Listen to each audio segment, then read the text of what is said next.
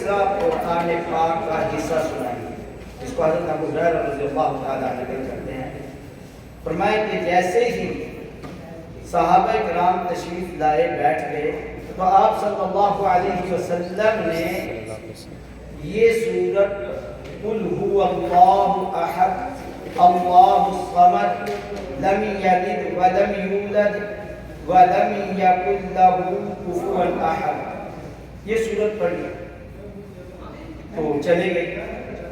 صحابہ کرام سوچنے لگے کہ یہ تو ابھی آپ صلی اللہ علیہ وسلم نے ایک سورت سنائی ہے اور اس کے اندر کتنے حرف ہیں، کتنی آیتیں ہیں؟ قل هو اللہ احد اللہ الصمد لم یلد ولم یولد ولم یکن لہ کفوا احد، 4 آیات اس میں ہیں۔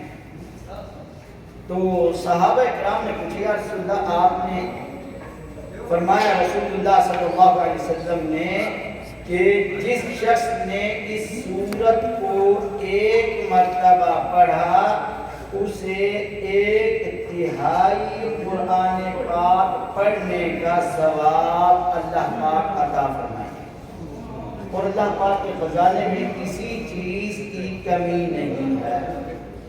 اور رسول اللہ صلی اللہ علیہ وسلم اس سورہ اخلاص کو رات کو سوتے وقت اور اس کے ساتھ قل اعوذ برب الفلق قل اعوذ برب الناس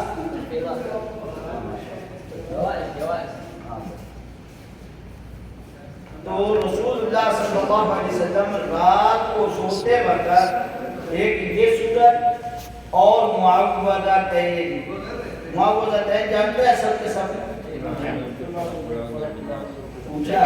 پوچھے تو آپ کسی طرح سب بولنا شروع کر دیں گے تو کسی کو جس سے پوچھے نا وہ جواب دے تاکہ اسے سیکھنے کا موقع ملے۔ تو معوذتین جو ہے آپ میں کون پیچھے والے میں معوذتین کس پارے میں ہے؟ یہ 1 ہے 2 ہے یا 3 ہے؟ یہ سورت لگتا ہے آپ ادھر رہے ہیں، پیچھے نہ دیکھیں، وہ پیچھے دیکھیں کہ آپ کو کون ہے جو بھی ہے، بس وہ پیچھے۔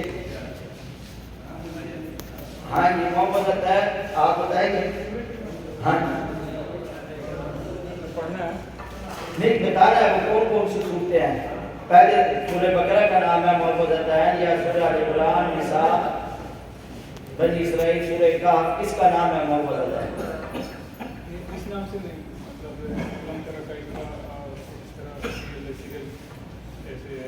نہیں سورت معوذتین آپ پوچھ رہے ہیں، آپ ہاں جی آپ بتائیں گے، آپ چاہیے ہاں جی معوذتین کون سی سورتیں ہیں؟ معوذتین آپ سے نہیں پوچھا کہ آپ چاہیے ہاں جی آپ بتائیں۔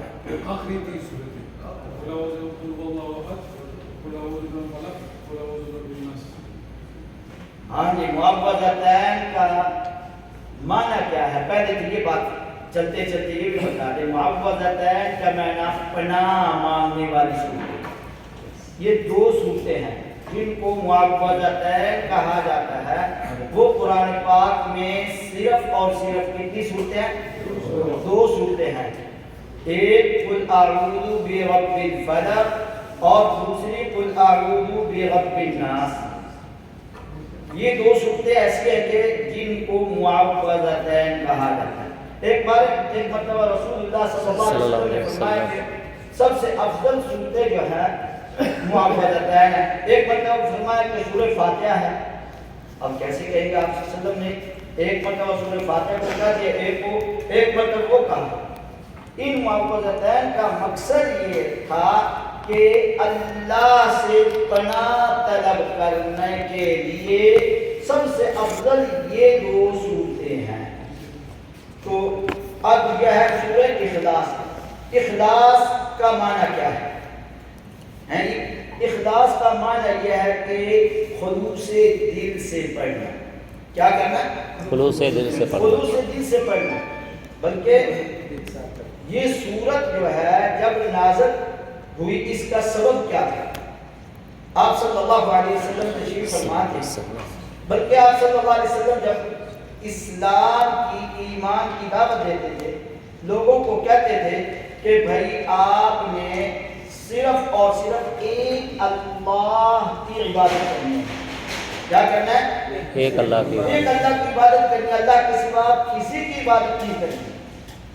اب جو ہے یہودی جو تھے وہ بھی پریشان ہو گئے، اور کسی طرح مشرکین مکہ جو تھے وہ بھی پریشان ہو گئے۔ بھئی اب یہ تو نئی بات آ گئی ہے۔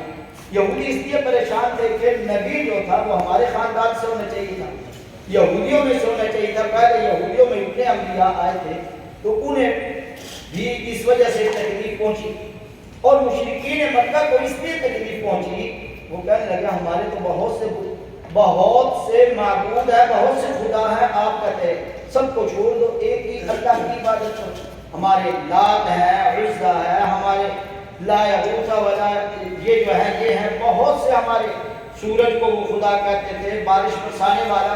یہاں تک کہ آپ نے فتح مکہ کے وقت سنا ہوگا کہ رسول اللہ صلی اللہ علیہ وسلم جب بیت اللہ میں داخل ہوئے تھے بہت سے بت تھے، تو انہوں نے کہا کہ یہ کون سی بات ہے، اور کچھ مشرکین مکہ آئے آج تو کہنے لگے کچھ لوگ آپ صلی اللہ علیہ وسلم کو کہ آپ جو کہتے ہیں اللہ ایک ہے اسی کی عبادت کرنا، اس کا کوئی حسب و نسب تو ہمیں بتا دو، اس کا کوئی شجر نسب ہمیں پتہ چل جائے کہ وہ اللہ، اس کا والد کون ہے، اس کی والدہ کون ہے، کوئی ہمیں پتہ چلے آگے پیچھے۔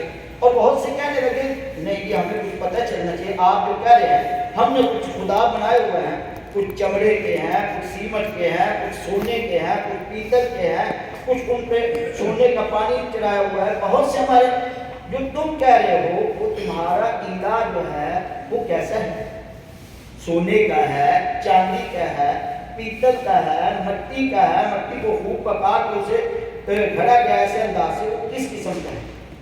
آپ صلی اللہ علیہ وسلم نے پھر ان کو جواب دیا، کیا فرمایا؟ جو اللہ نے اس وقت سورت نازل کی، ان کے اس جواب کے بدلے جب انہوں نے یہ سوال کیا کہ بھئی آج تک ہم تو یہی سنتے آئے تھے کہ بارش برسانے والا اور الہ ہے اور خدا ہے، بچے دینے والا خدا ہے، اور بچیاں دینے والا ادھر ہے، اور بارشیں دینے والا ادھر ہے، آپ نے تو یہ ہمیں ایک نئی لائن دے دیا، نئی پٹی پڑھانی شروع کر دیا ہے۔ تو اللہ تبارک و تعالی نے اس سورت کو نازل کیا،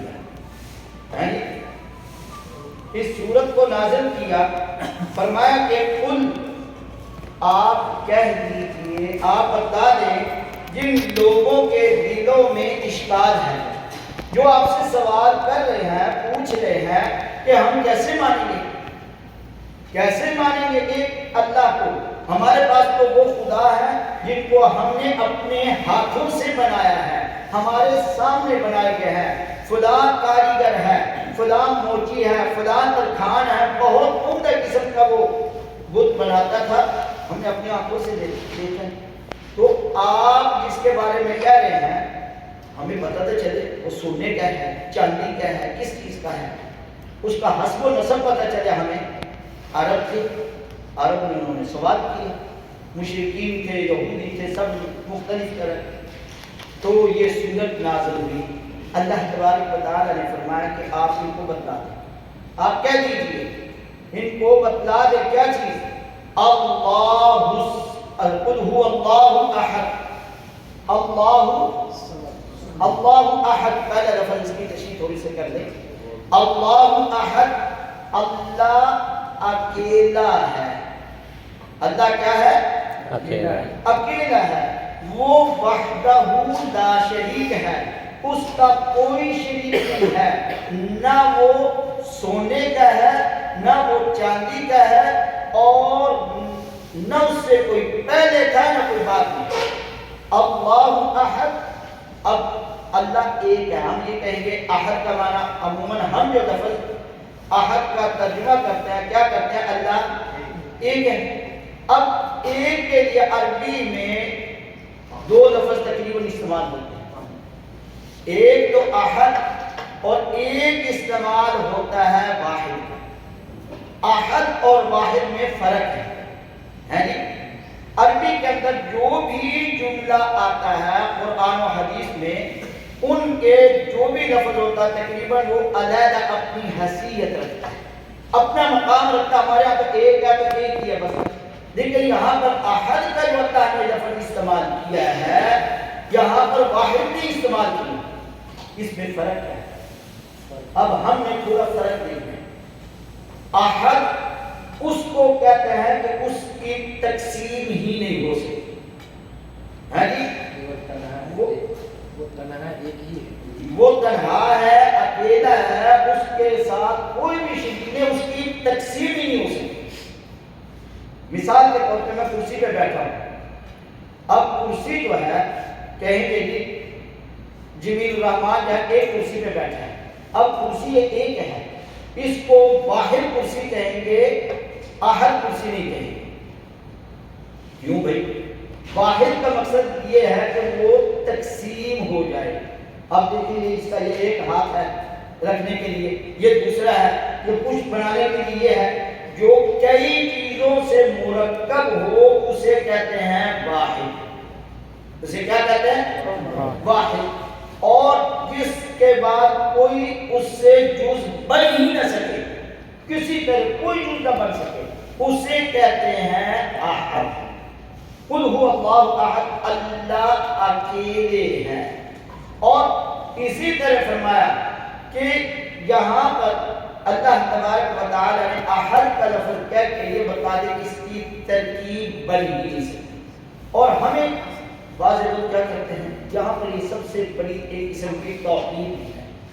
ہمیں ایک بات یہ بھی سمجھنی ہے کہ توحید جو ہے ہم یہ طے کر لیں کہ جو اللہ کے معاملات ہیں اس میں مخلوق شریک نہیں. مخلوقات میں سے کوئی بھی اس کے ساتھ شریک نہیں. کوئی کہے گی اللہ اکیلا ہے تو اس کے ساتھ پارلیمنٹ کی ہوگی. ہاں جی, آج ہمارے ہاں وزیر اعظم بنتا ہے تو پارلیمنٹ منتخب کرتی ہے, اور نہیں ہے تو اس کے کچھ وزیر ہوں گے. اکیلا آدمی کیسے اتنے بڑے ملک کو چلائے گا, کچھ اس کے مشیر ہوں گے. لیکن اللہ کی ذات ایسی, ہم یہ سمجھتے توحید یہاں پر کہ اللہ کی ذات ایسی ہے کہ جس کے ساتھ کہیں بھی کسی وقت بھی کسی جگہ بھی کوئی شریک نہیں. نہ کوئی ولی, نہ کوئی نبی, نہ کوئی نبیوں کا سردار, نہ ولی نہ ولیوں کا سردار, نہ کوئی فرشتے نہ فرشتوں کا سردار. اللہ کے ساتھ کسی طرح بھی شریک نہیں. لیس کمثلہ ہی شیء. اور واحد جو کہا ہے کہ یعنی اللہ اکیلا ہے, اگر واحد کہتے تو واحد کا معنی یہ تک اللہ اکیلے ہیں, اس کے بعد دوسرا تیسرا کوئی الہ نہیں. اللہ نے قرآن کے مقام پہ فرمایا وَإِلَٰهُكُمْ إِلَٰهٌ وَاحِدٌ, تمہارا الہ واحد ہے. لیکن اس کے بعد پھر اللہ نے خود تفسیر کر دی لا الہ الا ہوا, کہ اس کے سوا کوئی معبود برحق نہیں ہے جس کی عبادت کی جائے. وہ صرف اور صرف کون ہے؟ اللہ, ایک اللہ. اور اس کے بعد فرمایا اللہ الصمد. کیا فرمایا؟ اللہ الصمد. اللہ جو ہم عموماً کرتے ہیں مانا, حالانکہ جتنے علماء تقریباً متفق ہیں کہ اللہ بے نیاز ہے, ہم اس کا معنی کہتے ہیں کہ یہ صحیح جگہ نہیں ہے, لیکن اس کے بغیر ہمیں کوئی ایسا لفظ نہیں مل رہا ہے کہ جس کا معنی پوری طرح کر دے. کہتے ہیں کہ اللہ الصمد, اللہ بے نیاز ہے. کن کن چیزوں سے؟ فرمایا الصمد, صمد یصمد صمدا, کہ اللہ بے نیاز ہے. اس کا معنی یہ بھی ہے کہ اللہ غنی ہے, مستغنی ہے. لوگوں کا اللہ پاک کہیں بھی کسی وقت بھی کسی طرح بھی محتاج نہیں, اور سب اس کے محتاج ہیں. ہم سب کے سب اللہ کے محتاج ہیں. صحیح بات ہے. ارے آپ بتائیں ابھی جو بات کہی تھی کیا تھی؟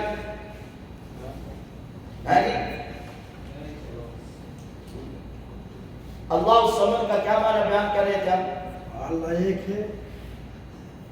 دیکھو موبائل آگے پیچھے چلتا ہے، تھوڑی دیر کے لیے موبائل کو ہم کیا ہے نا کوشش کریں گے، کیونکہ اس سے موبائل بہت فائدہ مند ہے، لیکن اس وقت تھوڑا سا شاید چند باتیں ہمارے ذہن میں آ جائیں، ہمیں پتہ چل جائے اور فائدہ ہو.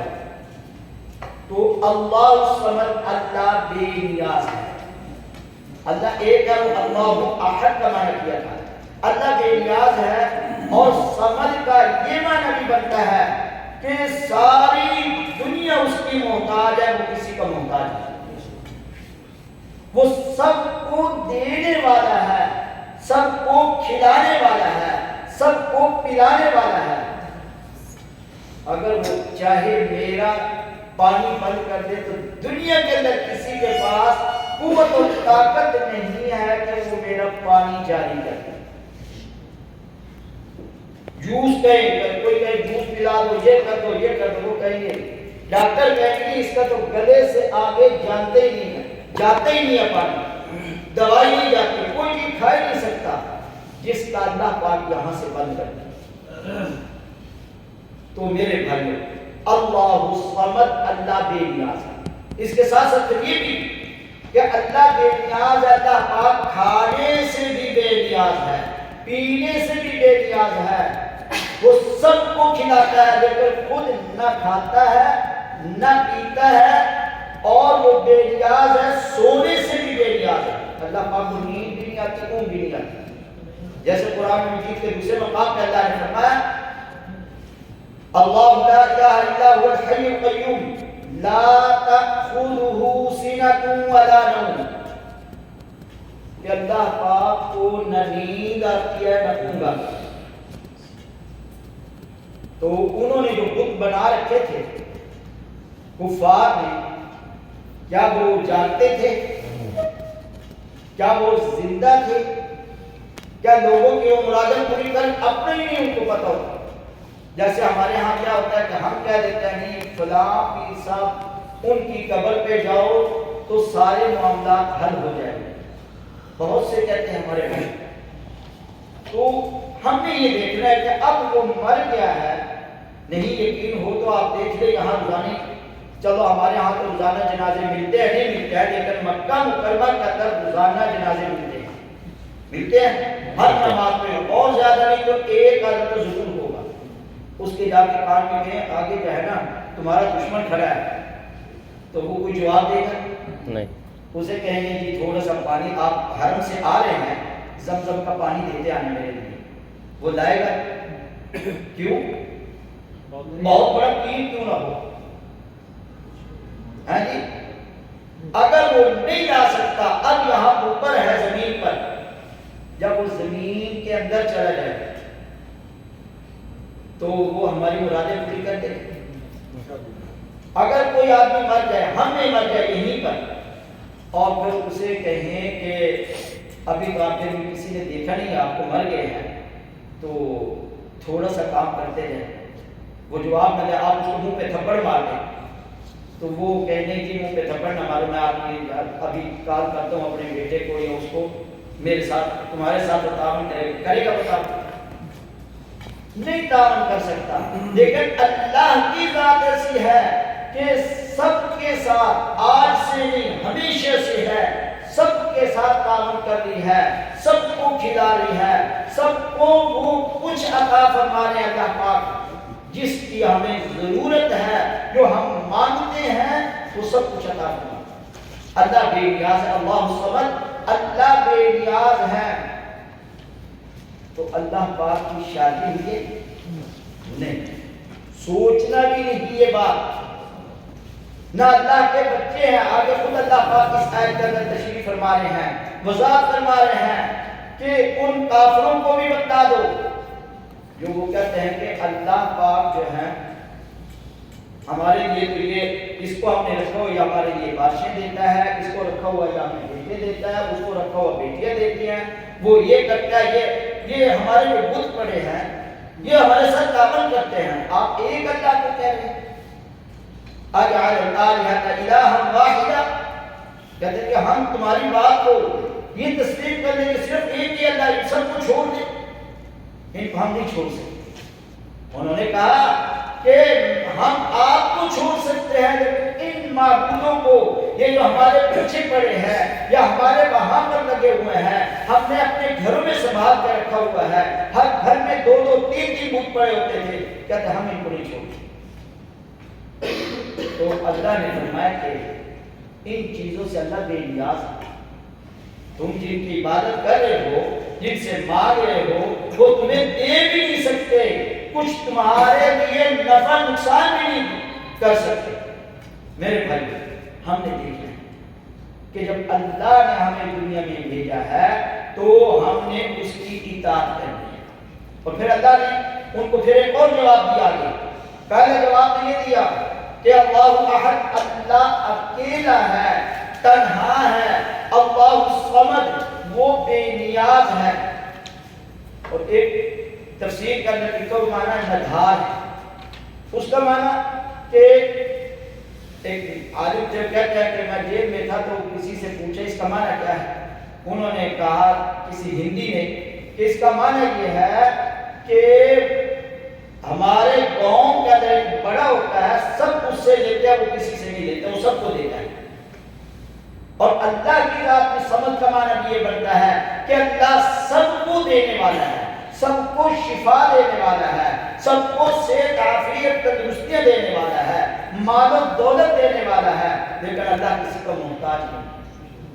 اور پھر آگے ان کو جواب اور دیا کہ تم جو کہتے ہو، تم نے سوال کیا کہ اللہ کا نسب نامہ ہمیں بتا دو، کیا کرو؟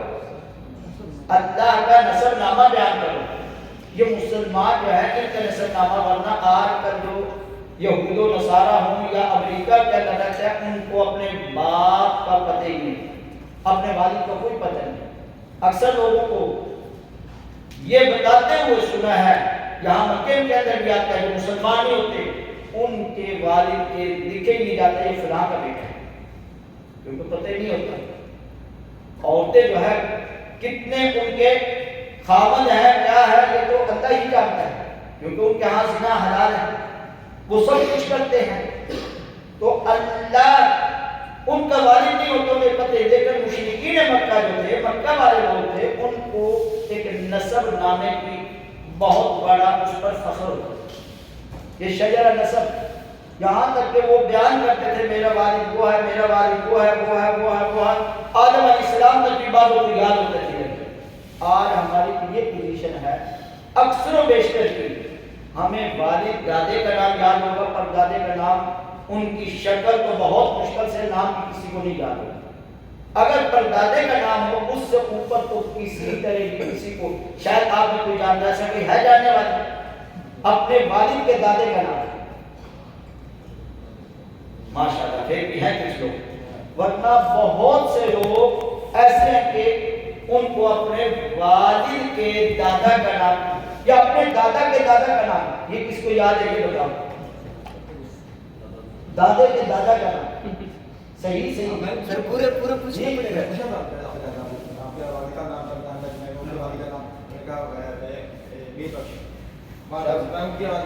چلو بس یہ ہے کہ بہت کم لوگوں کو ایک آدمی سے پتا ہوگا، کسی کو پڑھا لکھا ہوگا، اس کا اپنے والد کا نام لکھا، یہ لکھا، ورنہ عرب لوگوں کے اندر شجر نسب کو بہت زیادہ یاد ہے۔ اپنے شجر نسب یعنی اپنے والد، والد کا والد، والد کا والد، رسول اللہ صلی اللہ علیہ وسلم کا بھی شجر نسب اسی طرح محفوظ ہے۔ آپ صلی اللہ علیہ وسلم کے والد کا نام کیا تھا؟ عبداللہ۔ اب یہاں پر سب کہتے ہیں، کوئی بات نہیں، سب کو یاد ہو جائے گا۔ آپ صلی اللہ علیہ وسلم کے والد کا نام کیا تھا؟ عبداللہ۔ ان کے والد کا نام کیا تھا؟ عبدالمطلب۔ دیکھ لو کہیں بھول نہ گیا۔ عبدالمطلب۔ آپ صلی اللہ علیہ وسلم کے والد کا نام کیا تھا؟ عبداللہ۔ آپ کے دادا کا نام کیا تھا؟ عبدالمطلب۔ اور آپ کے دادا کے والد کا نام کیا تھا؟ ہاشم۔ ہاں جی، ہاشم۔ اب تھوڑے ہفتہ ہو گیا، رسول صلی اللہ علیہ وسلم کے اس کے بارے میں یاد رکھنا ہے۔ اور ان کے والد کا نام کیا تھا؟ عبد مناف۔ عبد مناف۔ اور یہاں تک کہ آپ صلی اللہ علیہ وسلم کا سلسلہ نسب چلتے ہوئے حضرت اسماعیل علیہ السلام تک پہنچ جاتا ہے، تو یہ عربوں کو یاد ہوتے ہیں۔ تو اس لیے ہمیں بھی اپنے والدین کا نسب نامہ کچھ نہ کچھ، جن کے والدین زندہ ہیں، کچھ ہے ان کے کاغذوں میں کہیں لکھا ہو، اسے یاد رکھنا چاہیے۔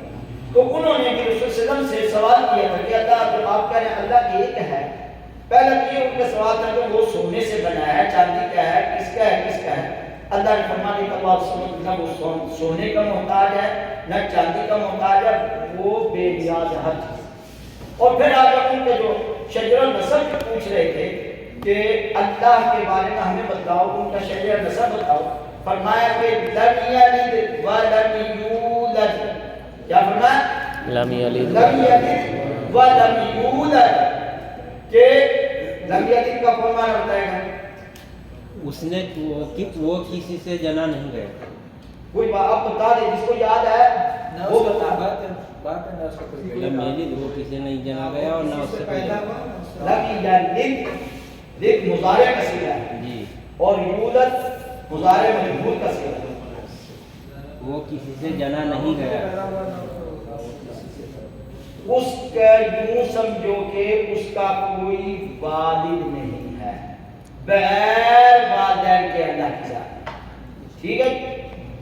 اللہ کا کوئی ماں نہیں تھی، باپ نہیں تھا، دادا نہیں تھا، دادے کا دادا. یہ اللہ کے ساتھ یہ نسب نامہ شامل ہی نہیں ہو سکتا، نہ کر سکتے ہیں. ولم یولد اور اللہ سے کوئی پیدا بھی نہیں ہوئی. اللہ کو کوئی بچہ ہو نہیں، بیٹا بیٹی. ہاں ہمارے پاس رسول اللہ صلی اللہ علیہ وسلم ہے، وہ اللہ کے بندے تھے. رسول صلی اللہ علیہ وسلم کون تھے؟ اللہ کے بندے. اللہ کے بندے تھے. آپ کی والدہ بھی تھی، آپ کے والد بھی تھے، آپ صلی اللہ علیہ وسلم کی بچیاں بھی تھیں، آپ صلی اللہ علیہ وسلم کے بچے بھی تھے، آپ صلی اللہ علیہ وسلم کی بیویاں بھی تھیں. اس لیے بعض لوگ ہمارے یہ کہتے ہیں یا رسول اللہ مدد کہتے ہیں کہ سنا ہے آپ نے؟ سنا ہے جی سنا ہے. اکثر و بیشتر ہمارے ہاں کہا جاتا ہے یا رسول اللہ مدد، یا بہت سے لوگ کہتے ہیں یا علی مدد. کہتے ہیں ایسے یا علی مدد تو بہت سے سنتے ہو گے، یہاں پر بھی حرم میں بھی اور ادھر ادھر بھی ہو. لیکن یا علی مدد اس کا معنی وہ کہتا ہے کہ یہ سب کی مدد کر سکتے ہیں اور یہ کسی کو محتاج نہیں. لیکن رسول اللہ صلی اللہ علیہ وسلم ہو یا حضرت علی ہو یا پیران پیر عبد القادر جیلانی ہو یا کوئی بھی ہو، وہ کسی کی مدد اس وقت تک نہیں کر سکتے جب تک اللہ کی کر سکتے، اور تب کر سکتے تھے جب وہ زندہ تھے. اب پیران پیر عبد القادر کی قبر کسی نے دیکھی ہے؟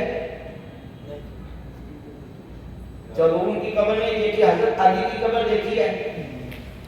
بالکل پتہ بھی نہیں کہاں پر. شام میں شام نجف. چلو اچھا. اس کے بعد رسول اللہ صلی اللہ علیہ وسلم کی قبر مدینہ منورہ. اب یہ دیکھنا ہے کہ رسول اللہ صلی اللہ علیہ وسلم کی قبر کے پاس بہت سے لوگ کہتے ہیں کہ وہاں تو یہ کرتے ہیں کہ جلوس نکالتے ہیں، 12 ربیع الاول کو جلوس نکالتے ہیں، اور پھر کہتے ہیں کہ سلم ہمارے یہاں اس میں کھانے پر پہنچے گے. جب یہ بات سنتی ہیں ہماری گھروں میں عورتیں بیچاری، وہ ذہنی طور پہ وہ کہتے ہیں او رسول اللہ صلی اللہ علیہ وسلم. پھر وہ خامن سے پوچھے نہ پوچھے کہتے ہیں کہ جتنا اچھا کھانا ہو سکے بنائیں، جتنا پیسہ گھر میں پڑا دے دو. یہاں تک کہ بہت سی عورتیں تو اپنا زیور ہی دے گی. جیسے ایک بہت سے اپنے آپ کو بہت بڑا وہ عالم کہتے ہیں. ایک مرتبہ اس نے لوگوں کے اندر سنا کہ وہ لاہور میں وہ خطاب کر رہے تھے، کرتے ہوئے رونا شروع کر دیا. لوگوں نے پوچھا رو کیوں؟ کیا لگے رات خواب کے اندر رسول اللہ صلی اللہ علیہ وسلم آئے تھے اور آپ کے پاس کرایہ نہیں تھا، آپ کے پاس کرایہ کھل گیا تھا، اللہ نے بھیجا ہے اور اللہ پاک نے پھر کرایہ بھی نہیں تھی، اور 7 دن میرے پاس مہمان، اور پھر کیا ہے یہ ہے تو جو تم میں سے کر سکتا ہے رسول صلی اللہ علیہ وسلم کے لیے یہ کرایہ میں پہنچاؤں تاکہ وہ واپس جائے. ان کے پاس کرایہ بھی نہیں. لوگوں نے اتنا مال دیا کہ جو جس کے پاس گھروں میں پڑا تھا تو وہاں تک سب نے دے دیا اور وہ لوٹا. اس نے لوٹ کے اب جو ہے وہاں پر وہ کینیڈا کے اندر چلے گئے. اب کینیڈا کی وہاں کی نیشنلٹی دے دی ہے اور وہاں پر یہودیوں کے بڑے بڑے جو پاپ ہیں, بڑے بڑے ان کے لیڈر ہیں یہودیوں کے, ان کے ساتھ ان کو ترغیب دیتا ہے, ان سے تعلیمات دیتا ہے اور پھر کہتا ہے کہ میں اب انقلاب لے کے آؤں گا, اسلامی انقلاب. ان کے سامنے ان کو جھک جھک کے سلام کر رہا ہوتا ہے. بلکہ ان کی میں نے ایک ویڈیو بھی دیکھی ہے, ایک ویڈیو دیکھی ہے, قبر کے پاس ایک آدمی فوت ہو گیا تو قبر کے پاس جاتا ہے, کہتا ہے کہ اب تمہارے پاس فرشتے آ رہے ہیں, وہ اب تم سے سوال کریں گے مر ربو, تو اب جواب دے, میں تمہیں بتا رہا ہوں, بیٹھ جاؤ, یہ فرشتہ آ گیا ہے, میں دیکھ رہا ہوں اس کو, یہ کر رہا ہوں. وہ ایسے کرتے ہیں, یہ سب اپنے پیٹ کے لیے. فراڈ, دھوکہ, ہم نے ان سے بچنا ہے, ان سے بچنا ہے.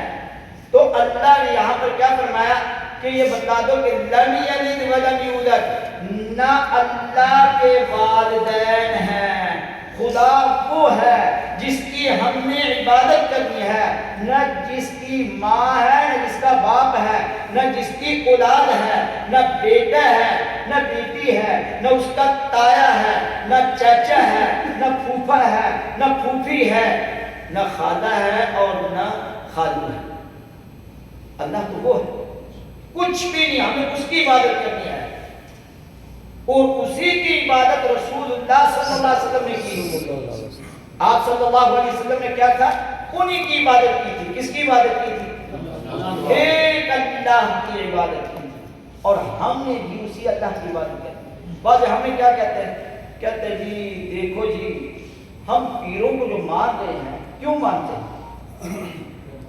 تو پھر مثال دیتے ہیں اللہ سے مانگنے کے لیے, اور اس سے کہتے ہیں دیکھو جی چھت پہ چڑھنا ہو تو سیڑھی کی ضرورت ہے, اور چھت پہ چڑھنے کے لیے ضروری ہے سیڑھی کی ضرورت تو پیش آتی ہے. یا آج کل دوسرے لفظوں میں کیا دیتے ہیں, لفٹ کی ضرورت ہے. آج کل کے زمانے کے اندر کیا کہیں گے, لفٹ کی ضرورت ہے, مصعد کی ضرورت ہے. لیکن یہ میرے ساتھ مستری مزدور کو تو کہہ سکتا ہے اسے لفٹ کی ضرورت پیش آئے گی, سیڑھی کی ضرورت پیش آئے گی, یہ کسے ضرورت پیش آئے گی؟ یہ مستری کو ضرورت پیش آئے گی. مستری نے مکان بنانا ہے, پنڈر بنانی ہے, چھت پہ جانا ہے, یا میں نے چھت پہ جانا ہے, تو میرے لیے چھت پہ جانے کے لیے سیڑھی کی ضرورت ہوگی یا لفٹ کی ضرورت ہوگی, یا کوئی ایسی چیز ہو جس کے ذریعے میں چھت پہ پہنچوں. لیکن اللہ کے پاس پہنچنے کے لیے کسی چیز کی ضرورت نہیں ہے. اللہ نے قرآن میں کیا فرمایا, وَنَحْنُ أَقْرَبُ إِلَيْهِ مِنْكُمْ وَلَكِنْ لَا تُبْصِرُونَ. ان سے پوچھو اوے عقل کے اندھو, تم یہ کہتے چھت کو, تم نے چھت کو اللہ بنا دیا. اللہ کیا کہہ رہے ہیں, اللہ پاک فرما رہے ہیں وَنَحْنُ أَقْرَبُ إِلَيْهِ مِنْكُمْ, میں تو تمہارے بہت زیادہ قریب ہوں, میں تمہارے بہت زیادہ قریب ہوں. وَلَكِنْ لَا تُبْصِرُونَ, تمہیں نظر نہیں آتا. ہمیں اللہ نے آنکھوں میں وہ طاقت ہی نہیں دی ہے کہ ہم اللہ کو دیکھ پائیں. اللہ نے ہمیں یہ طاقت بھی نہیں دی ہے کہ ہم جنوں کو دیکھ رہے, فرشتوں کو دیکھ رہے. فرشتے ہیں برحق اور جنات بھی برحق ہیں, وہ جنات ہمیں دیکھ رہے ہیں. اللہ نے ان کو طاقت دیا, ان کو آنکھیں ایسے دے دی ہے کہ وہ ہمیں دیکھ رہے ہیں, ہم انہیں دیکھ نہیں سکتے. فرشتے ہیں, وہ اللہ کی اتنی طاقتور مضبوط مخلوق ہے, وہ ہمیں بالکل دیکھ رہے ہیں. اور رسول اللہ صلی اللہ علیہ وسلم نے ارشاد فرمایا, جہاں پر دین کی تعلیم ہو رہی ہوتی ہے وہاں پر فرشتے اس طرح جمع ہو جاتے ہیں جہاں تک آسمانوں تک لائن لگ جاتی ہے. آپ بیٹھے ہیں, یقینی طور پر فرشتے موجود ہیں یہاں پر, اور آسمانوں تک ان کی لائن ہمیں نظر نہیں آتی, ان کو نظر آ رہی ہے. ان کو پتہ ہے کہ یہ لوگ آئے ہیں. اور پھر رسول اللہ صلی اللہ علیہ وسلم نے فرمایا کہ جب وہ دینی مجلس ختم ہو جاتی ہے تو اللہ پاک کے پاس فرشتے پہنچتے ہیں, جا کے کہتے ہیں یا اللہ فلاں فلاں علاقے کے اندر کچھ لوگ بیٹھے ہوئے تھے, تیرا دین سیکھ رہے تھے, تیرا دین سکھا رہے تھے, دین کی تعلیم ہو رہی تھی, ہم وہاں پر گئے. اللہ پاک جاننے کے باوجود